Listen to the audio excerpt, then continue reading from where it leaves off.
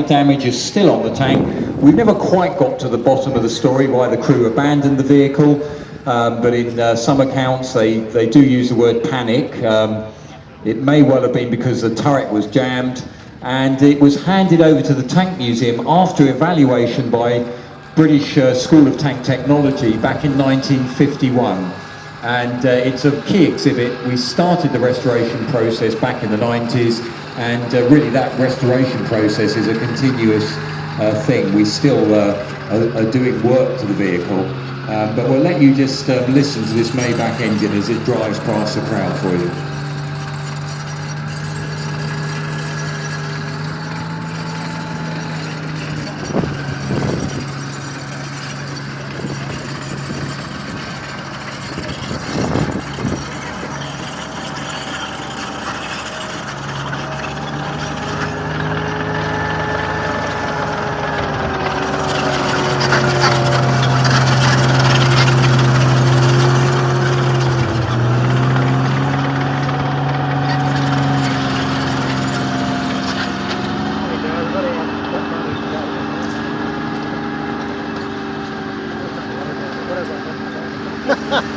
As David said, the Tiger's powered by a Maybach, and I should emphasise it's a V12 and it's petrol. Most people think that all the German tanks had diesel engines and they didn't.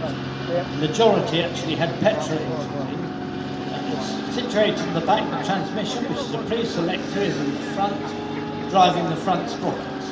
The tank has torsion bar suspension and overlapping road wheels designed to spread the weight as much as possible over the different tracks.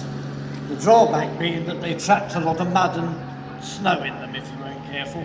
But generally it's a very impressive tank. The Maybach engine's one at the top of the range. It's actually fitted with an HL230 engine, which is the engine out of a King Tiger, because the original HL210 which it had was cut to pieces and put on display in the museum years ago. But otherwise it's virtually a complete tank. It's armed with an 88mm high velocity gun, and in a 3-man turret with 2 extra men sitting in the front of the hull, and with about 100mm of frontal armour.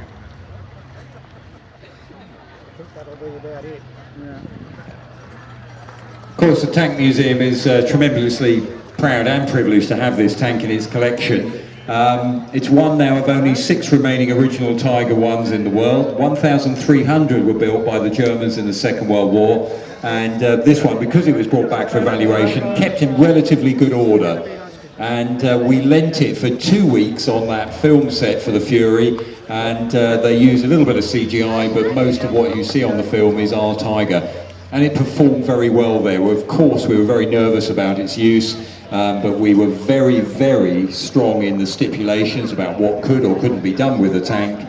And to our own delight, it actually came back probably running better than when it went in the first place. Now, we're parking the Tiger up. It will be appearing again in very shortly as part of